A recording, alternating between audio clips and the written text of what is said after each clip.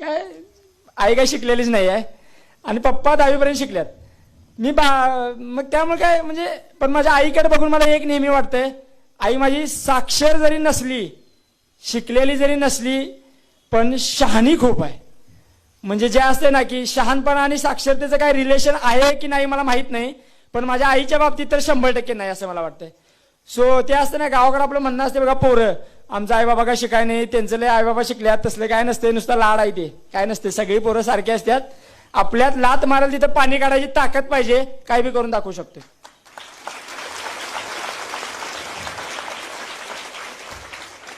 मग मेन्स परीक्षा फेल झालतो. मग पुन्हा हे कसं आहे, UPSCचं कसं आहे माहिती आहे काय, 100 रुपयाचा नशा आहे. काय 100 रुपये परीक्षा फी आहे आणि त्या परीक्षा फी मध्ये वर्ष वाया जात असतात. प्रत्येकाला वाटत असते की आता जवळच आहे, पण आता माहित नाही किती जवळ असते. मग सगळ्यांनी मित्रांनी वगैरे सांगितलं की नाही पुन्हा एकदा अटेम्प्ट द्यायचा आहे. 2024 मध्ये पुन्हा एकदा अटेम्प्ट दिला. दादा होता पाठीशी, त्यामुळे काय काळजी नव्हती. CSEचा मेन्सचा काय कट ऑफ जास्त मार्कांनी राहिलेला, त्यामुळे त्याचं काय होईल का नाही माहित नव्हतं मला, त्याची काय गॅरंटी नव्हती. कारण फॉरेस्टचा कट ऑफ 3 मार्कांनी राहिलेला, त्यामुळे वाटत होतं की आता कसं तरी करून फॉरेस्टची प्री काढायची आहे. म्हणजे यावेळी फोकस होता 2024ला काय दोन्ही प्री काढायच्या आहेत. प्रीचा अभ्यास केला. काय आलं, फॉरेस्टचा प्रीचा कट ऑफ एक 10-15 मार्क जास्त लागतोय CSEच्या प्रीपेक्षा. अभ्यास केला, खूप जास्त वाटत होते की दोन्ही प्री निघतील. रिझल्ट चेक केला. रिझल्ट चेक करताना CSEची प्री निघणार याची 100% गॅरंटी होती. फक्त फॉरेस्टच्या प्रीबद्दल जरा जीव कुठेतरी अडकलेला. प्रीच्या लिस्टमध्ये प्रीचा रिझल्ट लागलेला, लिस्टमध्ये नाव चेक केलं, लिस्टमध्ये नाव नव्हतं प्रीच्या.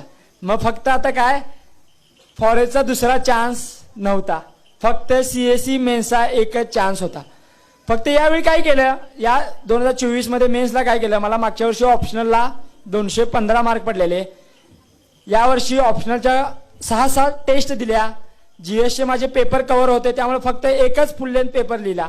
फक्त ऑप्शनलवर खूप जास्त फोकस केला आणि ते मला त्याचं रिटर्न पण मिळालं. ज्या दिवशी मेन्सचा निकाल लागला त्या दिवशी पप्पांना घेऊन DY पाटील हॉस्पिटलमध्ये PCNLची सर्जरी करायला. पप्पांची उद्या सर्जरी होती, दुसऱ्या दिवशी सकाळी घेऊन जायचं होतं. संध्याकाळी 5 वाजता निकाल लागला.